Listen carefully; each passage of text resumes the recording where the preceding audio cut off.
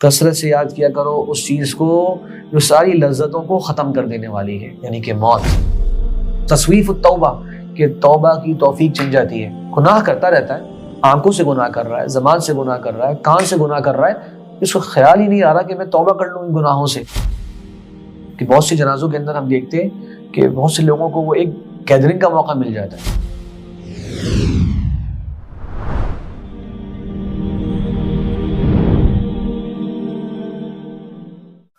بسم اللہ والحمد للہ والصلاة والسلام علی رسول اللہ وعلی آلہ وصحبہ ومن والاه اما بعد۔ محترم ناظرین کرام، ہماری اس سیریز جس کا نام ہے موت کے بعد، اس نئے پروگرام میں آپ سب کو خوش آمدید کہتا ہوں۔ اس سیریز کے آغاز میں نے چاہا کہ موت کے حوالے سے بھی ایک ہماری یاد دہانی ہو جائے، ایک نصیحت ہو جائے، کیونکہ موت کے بارے میں ہم اور آپ عام طور پہ بات کرنا پسند نہیں کرتے، اور اللہ تبارک و تعالی نے قرآن مجید میں ذکر فرمایا قل ان الموت الذی تفرون منہ، کہہ دیجئے بے شک وہ موت جس سے تم لوگ بھاگتے ہو، جس کی طرف تم لوگ آتے نہیں ہو، جس کے بارے میں زیادہ بات چیت کرنا پسند نہیں کرتے بلکہ تم اس سے بھاگ رہے ہوتے ہو، فإنہ ملاقیکم، بے شک وہ تم سے آ کے مل لے گی، اس نے آنا ہے، اس نے تم سے ملاقات کرنی ہے۔ ثم تردون الی عالم الغیب والشہادہ، پھر تم پلٹا دیے جاؤ گے اس کی طرف جو ہر غیب کا اور ہر ظاہر کا، چھپی ہوئی چیز کا اور ظاہری چیز کا جاننے والا ہے، پوری طرح جاننے والا ہے۔ فَيُنَبِّئُكُم بِمَا كُنتُمْ تَعْمَلُونَ، پھر وہ تمہیں ضرور خبر دے دے گا جو تم عمل کرتے رہے۔ تو ضرورت ہے ہمیں اور آپ کو کچھ نصیحت حاصل کرنے کی۔ پیارے نبی صلی اللہ علیہ وسلم اپنے صحابہ کرام کے سامنے کثرت سے موت کو یاد کرتے ہیں۔ حضرت ابو ہریرہ رضی اللہ فرماتے ہیں، اور ابو داؤد نسائی کی یہ روایت ہے کہ آپ صلی اللہ علیہ وسلم کثرت سے یہ الفاظ کہتے ہیں۔ کیا الفاظ؟ اکثروا من ذکر ہادم اللذات، کثرت سے یاد کیا کرو اس چیز کو جو ساری لذتوں کو ختم کر دینے والی ہے، یعنی کہ موت۔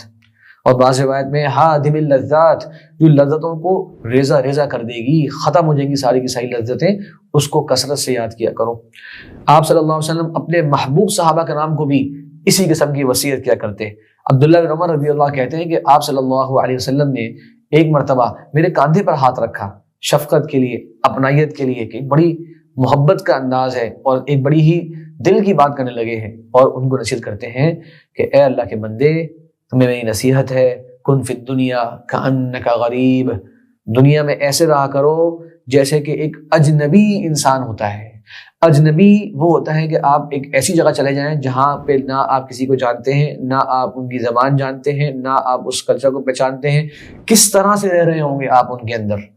بالکل اپنے کام سے کام رکھے ہوئے ہوں گے، اور گھبراہٹ کے ایک عالم میں ہوں گی، بے چینی کی ایک کیفیت ہوگی۔ اس طرح دنیا میں رہو۔ او عابر سبیل، یا راستہ چلنے گزرنے والا مسافر۔ مسافر جو ہوتا ہے وہ راستے میں زیادہ سوچتا نہیں ہے کہ آئیڈیل جگہ ملے، بہترین قیام کا مقام ہو، بہترین کھانا ملے، بولتے ہیں جس سے کام چل جائے وہ چیز ٹھیک ہے۔ آپ صلی اللہ علیہ وسلم اپنے محبوب صحابہ کرام کو اس طرح کی وصیت کیا کرتے تاکہ وہ اس دنیا میں زیادہ دل نہ لگا لیں، آخرت ان کا مطمع نظر رہے۔ اور پھر عبداللہ بن عمر رضی اللہ عنہ بھی کیا خوب اس حدیث کی تفسیر کیا کرتے اپنے الفاظ سے، اور اپنے ساتھیوں سے کہتے اذا اصبحت فلا تنتظر المساء، صبح کا وقت ہو جائے شام کے وقت کے انتظار میں نہ رہنا، واذا امسیت فلا تنتظر الصباح، شام ہو جائے تو صبح کے انتظار میں نہ رہنا۔ ذرا سوچئے کیسے ان کے دل تھے،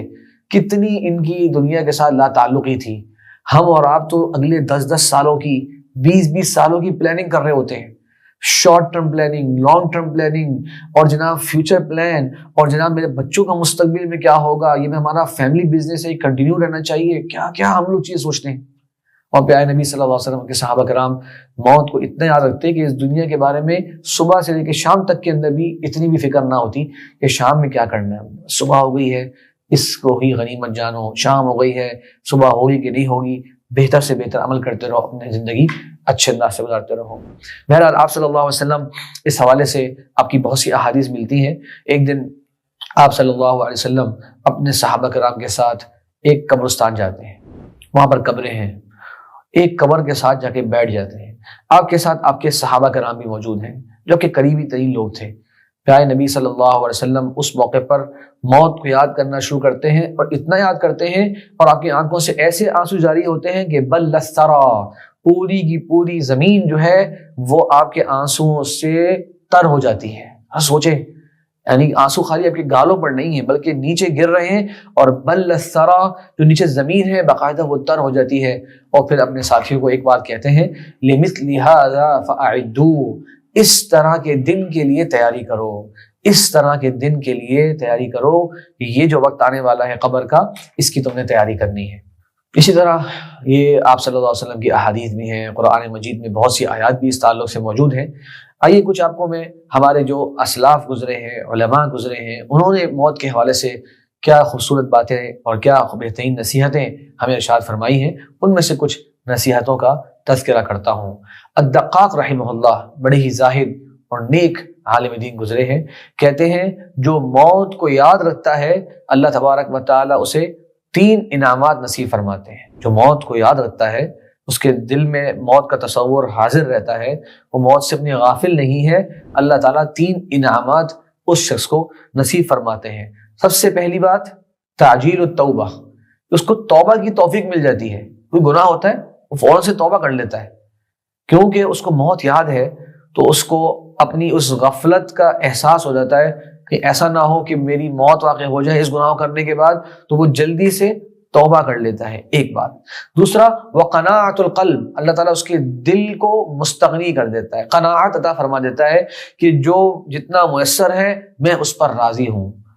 اس کے اندر لالچ اور حرص اور زیادہ سے زیادہ کی طمع اور یہ مل جائے وہ مل جائے یہ نہیں رہتی، بلکہ وہ قناعت اختیار کر لیتا ہے۔ اور تیسری بڑی نعمت وہ نشاط العبادہ، اس کو عبادت کے اندر لذت محسوس ہونا شروع ہو جاتی ہے، اس کو عبادت میں مزہ آتا ہے، کیونکہ وہ زندگی کے سب سے بہترین کام کو انجام دے رہا ہوتا ہے، اور وہ جانتا ہے کہ یہ دنیا محدود ہے۔ تو اس طرح کی 3 نعمتوں کا ذکر کیا۔ پھر کہتے ہیں اور جو موت کو بھلا دیتا ہے اس کو 3 قسم کی سزائیں مل جاتی ہیں، 3 قسم کی سزائیں مل جاتی ہیں۔ ذرا غور کریں، اور میں اپنے آپ کو اور آپ کو دیکھوں، کہیں میں اور آپ اس سزا کے مستحق تو نہیں بن چکے ہیں، میں اور آپ اس سزا میں تو نہیں جی رہے ہیں، کہیں میری اور آپ کی صفت تو نہیں ہے جو شیخ نے ذکر کری، دقاق رحمہ اللہ نے سنی ہے۔ پہلی چیز تسویف التوبہ، توبہ کو لیٹ کرنا، توبہ کا خیال ہی نہ آنا، ابھی بڑی زندگی پڑی ہے، ابھی ٹھیک کر لیں گے جناب، ابھی کیا جلدی ہے، 40-50 سال بعد جا کے تو ہم نے اللہ اللہ ہی کرنا ہے، ہر عمرہ کر لیں گے سارے گناہ معاف ہو جاتے ہیں۔ ایسی باتیں سننے کو ملتی ہیں لوگوں کے اندر۔ تو تسویف التوبہ کہ توبہ کی توفیق چل جاتی ہے، گناہ کرتا رہتا ہے، آنکھوں سے گناہ کر رہا ہے، زبان سے گناہ کر رہا ہے، کان سے گناہ کر رہا ہے، اس کو خیال ہی نہیں آ رہا کہ میں توبہ کر لوں ان گناہوں سے۔ اتنی بڑی انسان کو کبھی کبھار غفلت مل جاتی ہے۔ دوسرا وترک الرضا بالکفاف، جو کم پر راضی ہونا ہے وہ اس کے دل سے نکل جاتا ہے۔ ہر وقت لالچ، ہر وقت زیادہ مل جائے، یہ بھی مل جائے، یہاں سے بھی آ جائے، ادھر سے بھی آ جائے، کسی طرح میرا مال بڑھ جائے، کسی طرح میری گاڑیاں بڑھ جائیں، میرا گھر بڑھ جائے، میرے پاس یہ بھی آ جائے وہ بھی آ جائے، جتنا اللہ نے دے رکھا ہے اس کے اوپر راضی نہیں ہوتا، دل مطمئن نہیں ہوتا۔ یاد رکھیے جائز طریقے سے، معروف انداز میں، ایک اعتدال کے ساتھ زیادہ مال کما لینے میں ممانعت نہیں ہے، لیکن اس کو اپنا ہم و غم نہ بنائے، انسان اس کو اپنی سب سے بڑی ٹینشن نہ بنائے۔ اس کی بنیاد کے اوپر ہی ہمارے آج کل لوگوں سے تعلقات بن رہے ہیں، اس کے اوپر ہی ہم لوگوں سے خوش ہوتے ہیں، لوگوں سے ناراض ہوتے ہیں، جہاں سے آ رہا ہے اس کی خوشامد کر رہے ہوتے ہیں، جہاں سے جا رہا ہوتا ہے اس کی مذمت کر رہے ہوتے ہیں۔ یہ جو ایک طرح کی ہمارے اندر ہر وقت لالچ اور حرص جو بڑھتی چلی جاتی ہے، یہ چیز مذمت ہے۔ تو ایک سزا جو بتا رہے ہیں شیخ وہ یہ ہے وَتَرْكُ الرِّضَا بِالْكَفَافِ، کم پر وہ راضی نہیں رہتا، پھر ہر وقت بے چینی اور زیادہ سے زیادہ کی ہی اس کو فکر اور طمع غالب رہتی ہے۔ اور تیسری بہت ہی تکلیف دہ علامت موت کو بلانے کی ہے وَالتَّكَاسُلُ فِي الْعِبَادَةِ، اور عبادت کے اندر وہ انسان سست پڑ جاتا ہے۔ تو عبادت کی سستی موت سے غفلت کی علامت ہے، عبادت میں دل نہ لگنا موت کو بھلا جانے کی علامت ہے، نماز کے لیے مسجد تک نہ آنا اس بات کی علامت ہے کہ شاید انسان موت کو بھول چکا ہے، اسے لگ رہا ہے کہ شاید وہ زندگی کے اندر ہمیشہ ہمیشہ کے لیے آیا ہے، ورنہ اگر موت یاد ہوتی تو وہ ان عبادات کے اندر بڑی ہی محبت اور بڑے ہی دل کے ساتھ شرکت کرتا۔ اس طرح کے اور بھی بہت سے اقوال میں آپ کے سامنے کچھ ذکر کرتا ہوں۔ بعض سلف صالحین اور بعض کتابوں میں حسن بصری رحمہ اللہ کی طرف یہ بات منسوب ہے، اور بڑی عجیب بات ہے، ذرا غور کیجئے۔ کہتے ہیں ما رأیت حقا اشبہ بالباطل من الموت، میں نے کوئی بھی ایسی حقیقت نہیں دیکھی جو سب سے زیادہ باطل سے مشابہ ہو موت کے مقابلے میں۔ کیا مطلب؟ سب سے بڑی حقیقت ہے موت،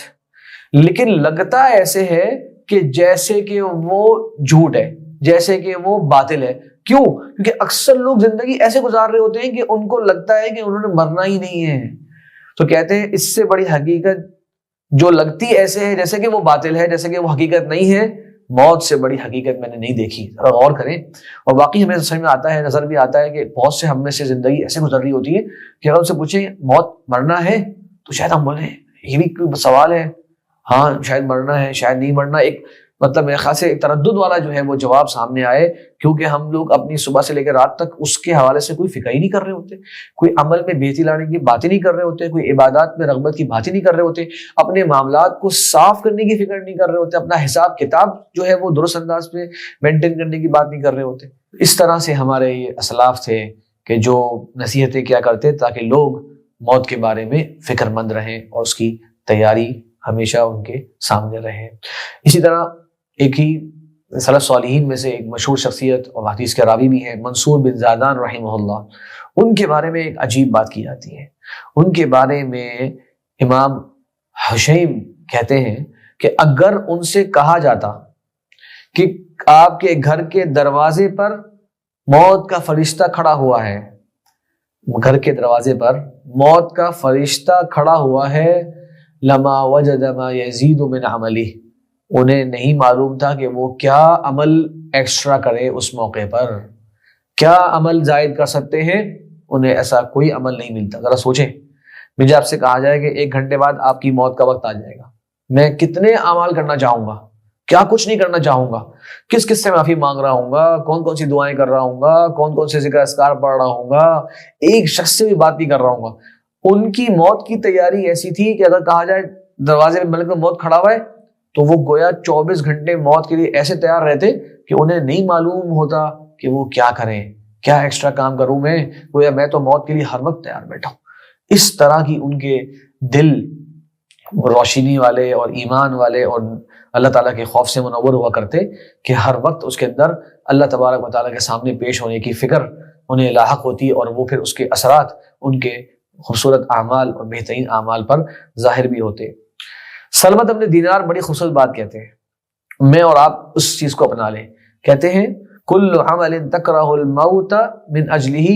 فترکہ ثم لا یضرک متی مت، ہر وہ عمل جس کو کرنے کی وجہ سے تم موت کو ناپسند کر رہے ہو، یعنی کوئی ایسا گناہ ہے جو تم کرتے ہو اور تمہیں موت پسند نہیں آ رہی کیونکہ تمہیں پتا ہے کہ اس گناہ کو کرتے ہوئے اگر موت آ گئی تو اچھی علامت نہیں ہوگی، تو ہر وہ عمل جو تم کر رہے ہو اور موت کو ناپسند کرتے ہو، ان اعمال کی وجہ سے ان اعمال کو چھوڑ دو، ایسے اعمال چھوڑ دو جس کی وجہ سے تمہیں موت ناپسند ہے، پھر اس کے بعد کوئی فرق نہیں پڑتا جب تمہیں موت آ جائے، ان اعمال کو چھوڑ دو۔ مثال کے طور پہ اگر میں آپ سے کہوں کہ آپ کیا پسند کرتے ہیں کہ آنکھوں کے فلاں گناہ کو کرتے ہوئے آپ کو موت آ جائے، آپ جواب دیں گے نہیں، موت اس طرح آ رہے میں پسند نہیں کرتا، اس کام کو چھوڑ دیں۔ کیا آپ پسند کرتے ہیں کہ آپ کی زبان سے یہی الفاظ نکل رہے ہوں اس ٹائم آپ کو موت آ جائے، یقیناً آپ پسند نہیں کرتے، اس کام کو چھوڑ دیں۔ تو ہر وہ کام جس کو آپ ناپسند کرتے ہیں کہ موت نہ آ جائے اس کو کرتے وقت، اس کام کو چھوڑ دیں، پھر جس وقت یہ موت آ جائے وہ آپ موت کے لیے ایک طرح سے تیار بھی ہوں گے۔ بہرحال یہ بہت ہی گہرے اقوال ہیں، یعنی صرف ان کو پڑھنا اور پیش کرنا تو میرے لیے آسان ہے، لیکن یقیناً ان کو اپنانا اور ان پر عمل کرنا اور ان کے بارے میں جیسے کہتے ہیں فکر مند ہونا، یہ ایک یقیناً اللہ کی توفیق اور اللہ تعالیٰ کی خاص عنایت کے بغیر ممکن نہیں۔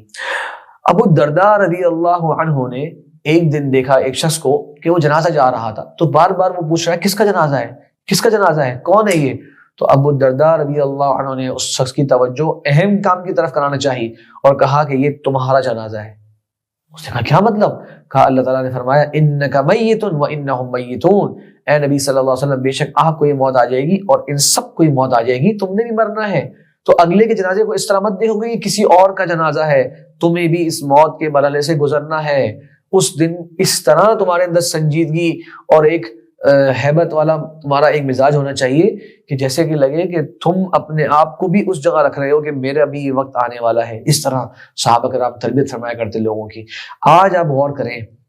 آج کل کے زمانے میں ایک اور چیز دیکھنے میں آئی جو بڑا تکلیف دہ منظر رہتا ہے کہ بہت سے جنازوں کے اندر ہم دیکھتے ہیں کہ بہت سے لوگوں کو وہ ایک گیدرنگ کا موقع مل جاتا ہے. مسجد کے اندر ایک الگ گیدرنگ بنی ہوتی ہے، قبرستان میں جا کے الگ گیدرنگ بنی ہوتی ہے. بہت سے لوگ اس موقع پر اپنے فون نکال کر مختلف قسم کے اپنے میسج کو رپلائی کر رہے ہوتے ہیں. قبرستان کے اندر مٹی ڈالی جا رہی ہے، وہ ہم لوگ دور کھڑے ہو کے اپنے آپ کو جسے کہتے ہیں سمجھ رہے ہیں کہ ہم یہاں پر ویسے ہی آئے ہوئے ہیں، بس خاندان کو دکھانے کے لیے آئے ہوئے ہیں اور ہماری زندگی کے سارے کام چل رہے ہوتے ہیں. ہمیں چاہیے کہ کم از کم اس موقع پر ایک نیکی کا کام بھی کر رہے ہیں، اسے اپنے لیے عبرت تو بنائیں.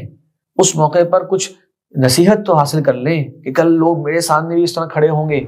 کل میں نے بھی جو ہے وہ دفنائے جانا ہے، میں نے بھی کل اس وقت سے گزرنا ہے. اللہ تعالی ہمیں اور آپ کو اس کی سمجھ عطا فرمائے.